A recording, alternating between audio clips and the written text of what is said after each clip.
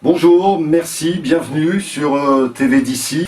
Ravi de vous retrouver pour cette émission Parole aux associations.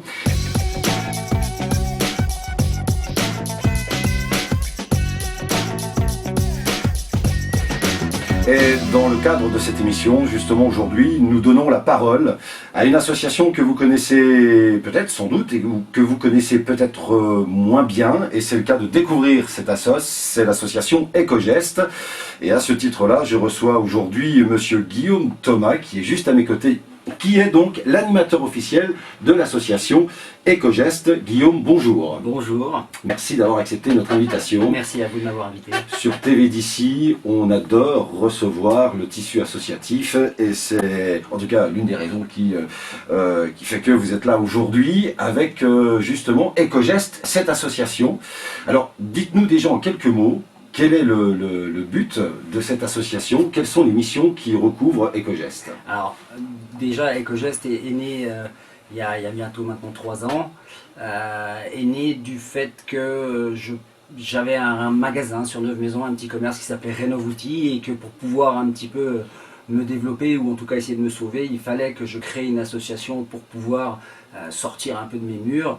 Entre-temps, le magasin a fermé, mais l'association est née et aujourd'hui prend un grand développement et vient d'une bande d'amis en fait, qui sont tous issus du coin et qui avaient envie un petit peu d'intervenir au niveau du tissu local sur Ça tout fait un tas 3 de ans. thématiques. Ça va 3 faire ans. bientôt 3 ans, oui. Et donc l'idée est née de créer cette association, donc Éco-Gestes avec un H pour faire écho des bons gestes. Donc des bons gestes, il y en a énormément et donc du coup... Alors quand on est animateur officiel de l'association, animateur c'est un bien grand mot, quel est le rôle? Quel est ton rôle dans l'association? Eh ben, il est de chapeauter, de mettre en place, après des décisions qui sont prises, de chapeauter les différentes actions. Alors pour commencer, les 3 premières actions qu'on a mis en place se résumaient en 3 choses. Des interventions dans les écoles, pour pouvoir semer des petites graines dans la tête des enfants. Intervenir au niveau de la réduction des déchets, leur faire comprendre un petit peu qu'on pouvait réparer plutôt que de jeter les choses. Ce qui nous amène à la deuxième, c'est la création des Repair Cafés. Alors justement, je m'arrête quelques instants sur les enfants. Est-ce que c'est pas difficile aujourd'hui, à l'heure actuelle, au XXIe siècle, d'expliquer justement les bons gestes aux enfants? Non, ils intègrent très vite et en général c'est eux qui ramènent la bonne parole chez leurs parents et qui plutôt à l'inverse apprennent à leurs parents à bien les... C'est les enfants qui apprennent aux parents? Oui, D'accord. Les enfants savent mieux. C'est l'une de vos missions, il y en a d'autres? Alors la deuxième, c'était de créer des Repair Cafés. Les Repair Cafés, ça vient de Hollande, maintenant beaucoup de gens connaissent. C'est la possibilité qui est donnée aux gens d'amener des objets du quotidien et de les faire réparer gratuitement par des bénévoles. Plutôt que de les jeter, parce qu'aujourd'hui on sait qu'il n'y a plus aucune possibilité de faire réparer et on jette souvent alors que régulièrement c'est des toutes petites pannes. Qu'est-ce qu'on ramène le plus? De tout, des grippins, des postes de radio, des lampes, des mini chenifis, il y a vraiment des pans de chat, tout un tas d'objets du quotidien, de cuisine ou autres. D'accord, donc ça c'est votre deuxième mission. C'est ça. Il y en a d'autres. La troisième mission du départ, c'était de faire des opérations de nettoyage. C'est-à-dire d'aller dans les différents endroits de la communauté de communes Moselle et Madon et d'inviter les écoles, les enfants et les gens évidemment à venir nettoyer tout simplement les différents endroits. Est-ce que c'est pas difficile de sensibiliser justement la population, de les intéresser sur le fait d'aller nettoyer sur Moselle et Madon, différents endroits? Il y a 3 ans, c'était encore pas forcément évident, plus dans la tête des enfants d'ailleurs, toujours pareil. Et aujourd'hui ça marche? C'est mieux. Les gens ont pris conscience, il y a quand même un changement de comportement et de mentalité depuis quelques temps. On peut pas nier ça. D'accord. Alors, on a bien compris les différentes missions de l'association Éco-Gestes, mais je crois savoir, on traverse une année 2020 qui est assez atypique, avec cette crise sanitaire de ce Covid-19, et Éco-Gestes, aujourd'hui, lance l'opération Éco-Masque. L'opération Éco-Masque solidaire, oui, qui est une façon différente d'appréhender justement le Covid et les masques en particulier. Le but du jeu, en fait, c'est de faire fabriquer des masques par des bénévoles pour les gens. Ça ne sera pas la mairie qui l'a fait, ça ne sera pas un organisme ou une entreprise, c'est vraiment les gens pour les gens. D'accord. C'est vraiment de la solidarité Cette opération a déjà commencé.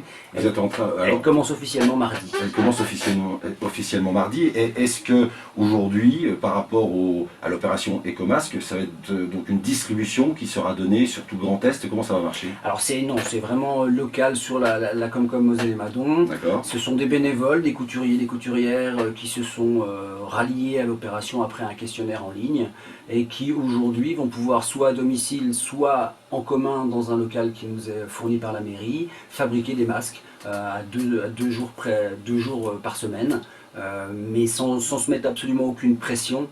C'est vraiment de la bonne volonté et au final on risque d'en faire vraiment beaucoup.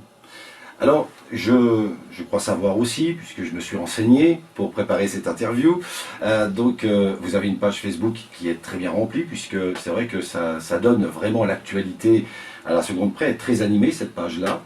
Alors, j'invite d'ailleurs, nous invitons celles et ceux qui nous écoutent, qui nous regardent aujourd'hui, d'aller sur la page Facebook. Oui, c'est là que vous aurez le plus d'informations. Vous pouvez aussi demander à recevoir la newsletter que nous faisons tous les mois, qui également est très remplie et permet d'avoir vraiment un panel complet de ce qu'on peut faire et jusqu'à aussi exprimer nos petits retours entre nous. Ok, la page Facebook c'est juste Ecogest. C'est juste Ecogest. Mais Ecogest, donc on retrouve Ecogest à Neuve-Maisons, mais aussi un peu plus loin. Alors oui, depuis un certain temps maintenant on se développe sur le Grand Nancy, oui. Avec différentes opérations. On est passé l'année dernière, j'ai été formé personnellement pour devenir écolabellisateur, c'est-à-dire que nous sommes certifiés aujourd'hui sur le sud Meurthe-et-Mosellan et on va écolabelliser tous les grands rassemblements, festivals, le NJP, le Livre sur la Place. Alors, vous allez faire quoi justement pour ces grandes manifestations? Comme le Livre sur la Place, Ecogest va faire quoi? Alors le but du jeu, c'est de faire un diagnostic complet, le plus complet possible, sur 7 axes bien précis, sur le développement durable de la manifestation, essayer de voir un petit peu comment ça peut être amélioré par rapport aux choses qui sont déjà faites, pour être, entre guillemets, le plus propre et le plus naturellement proche de l'environnement, en essayant de tout prendre en charge, le déplacement, évidemment les déchets, l'énergie, l'eau, tout est pris en charge, tout est pris en compte et on regarde ce qu'on peut améliorer. Alors Ecogest, on parle du Livre sur la Place, on a parlé de Neuve-Maisons, de Moselle-et-Madon, mais ce n'est pas que le Livre sur la Place, puisqu'il y a d'autres temps forts, j'allais dire. Alors on doit faire énormément de choses, oui. Les foulées de Lambani, on va faire alors si tout se passe bien, parce qu'évidemment avec le Covid les choses se sont un petit peu compliquées, mais la Saint-Nicolas de Nancy, la Saint-Nicolas de Neuve-Maisons, on devait faire le 14 juillet, on fera ce qui a été décidé pour le mois de septembre, hein. Cette année ça sera un peu particulier, un 14 juillet au mois de septembre, mais à chaque fois ça sera en fonction de la taille, et bien de reprendre tous les mêmes points de détail, les mêmes points pour scruter la manifestation et voir comment elle peut être améliorée au niveau du développement durable. Alors pour que toutes celles et tous ceux qui nous regardent aujourd'hui comprennent, Ecogest, vous êtes un service pour le bien-être de tous, en fait, quelque part. Voilà. En tout cas, c'est réussi. Pour les infos, les retours qu'on voit sur Facebook notamment, je veux dire, le travail est salué. Alors justement, revenons sur le travail d'Ecogest. Parce qu'il y a l'animateur officiel que nous recevons ici à TV d'ici aujourd'hui, et merci, mais il n'y a pas que vous, il y a une structure derrière. Bien entendu. Voilà. Oui. Alors, comment on se répartit les tâches à Ecogest? C'est le colibri. Oui. Chacun apporte sa petite pierre, chacun vient sans se mettre de pression et apporte son savoir ou son temps. Ça peut être simplement de l'encadrement, ça peut, durant les Repair Café, il y a évidemment les réparateurs, mais il y a aussi ceux qui accueillent les gens, l'animation autour. D'ailleurs, je tiens à préciser que les Repair Café ont aussi très bien marché parce que nous faisons ça au foyer Clairbout, oui. Une maison de retraite, même si ce n'est pas vraiment le terme. Et au départ, on les a un petit peu dérangés, mais aujourd'hui, ils nous attendent avec impatience. Ça fait du intergénérationnel, les enfants viennent, on fait la galette des rois. On a déjà eu des musiciens qui sont venus faire de la musique pendant nos Repair Café, et aujourd'hui ça rend beaucoup de services. Ecogest, c'est vraiment une association où on retrouve tous les bons gestes, j'ai envie de dire. On essaye. Et voilà, et je parlais tout à l'heure, et tu l'as évoqué, c'est-à-dire qu'il y a ce qu'on apprend à la jeunesse, Et puis il y a aussi, et c'est ça qui est beau, on parlait de l'EHPAD, maison de retraite, l'EHPAD, qui est donc à 9 maisons, donc c'est vraiment très éclectique pour toutes les personnes, des plus jeunes aux plus anciens. C'est ça. C'est ça, on travaille également avec le foyer Aristide Briand, avec des gens qui sont en détresse sociale. On travaille aussi avec le CAT, la Faisanderie à Bainville, Oui. évidemment la mairie. Comment on fait pour vous solliciter?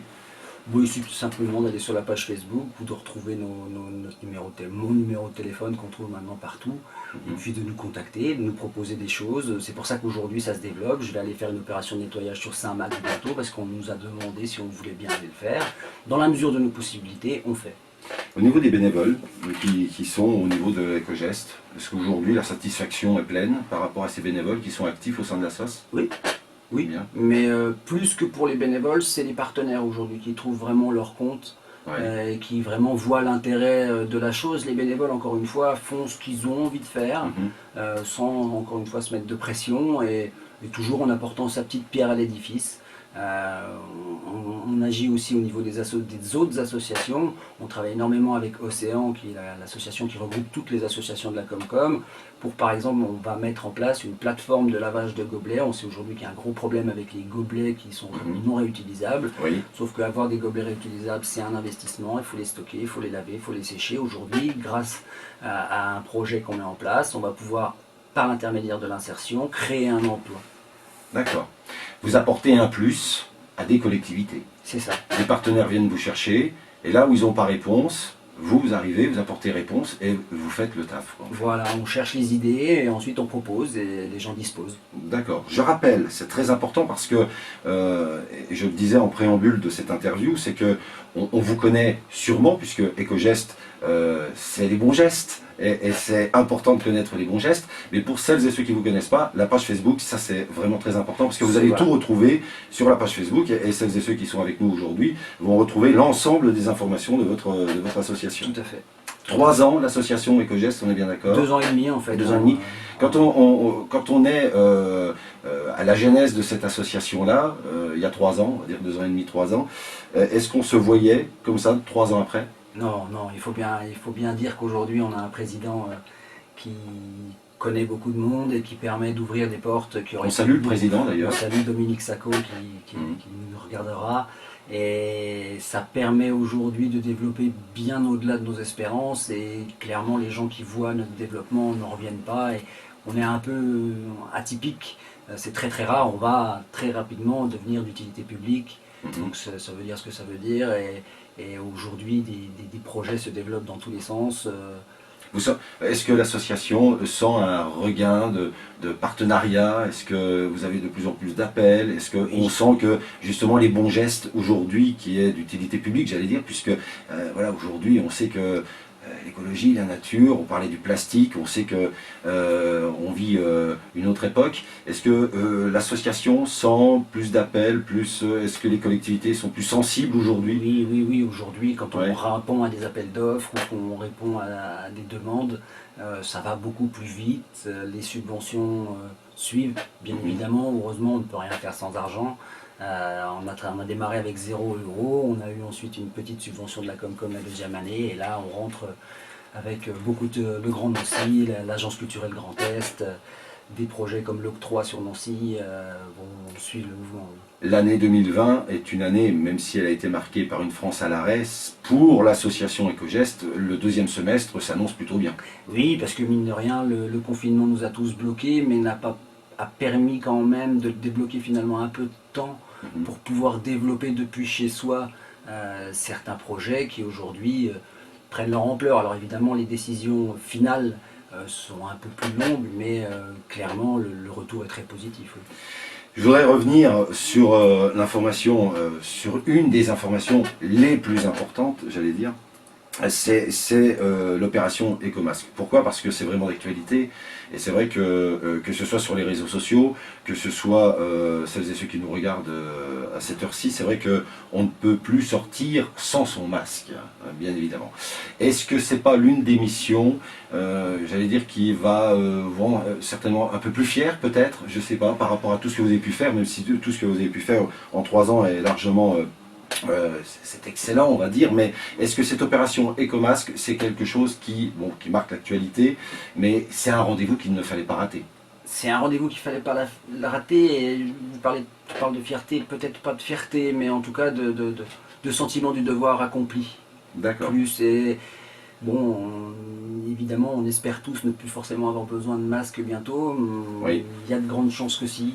Et de toute façon, ça sera le début d'un partenariat et d'autres projets qui pourront par la suite suivre après les écomasques, et ça sera ce qu'on aura besoin de faire à ce moment-là. Ecogest sera toujours là où on l'attendra. Je l'espère. En tout cas, je te le souhaite. Merci Guillaume Thomas. Juste, on rappelle, c'est très important, la page Facebook. Facebook Ecogest. Voilà. Et allez donc sur Facebook Ecogest, vous likez la page, vous aurez toute l'actualité de l'association Ecogest. Alors pour finir cette interview, parole à l'association Ecogest aujourd'hui, nous avons, comme dans toute belle émission, nous avons le livre d'or. Le livre d'or, je te laisse le bon soin de signer, voilà, avec le merveilleux stylo de TV d'ici, voilà. Et c'est avec cette signature que nous allons terminer cet entretien. Merci encore Guillaume Thomas d'avoir accepté notre invitation à TV d'ici. Et c'est avec cette signature de l'animateur officiel de l'association Ecogest que nous nous quittons. TV d'ici est très ravi d'avoir reçu Monsieur Thomas aujourd'hui. Merci beaucoup. Merci, excellente journée à vous. À très bientôt. Merci.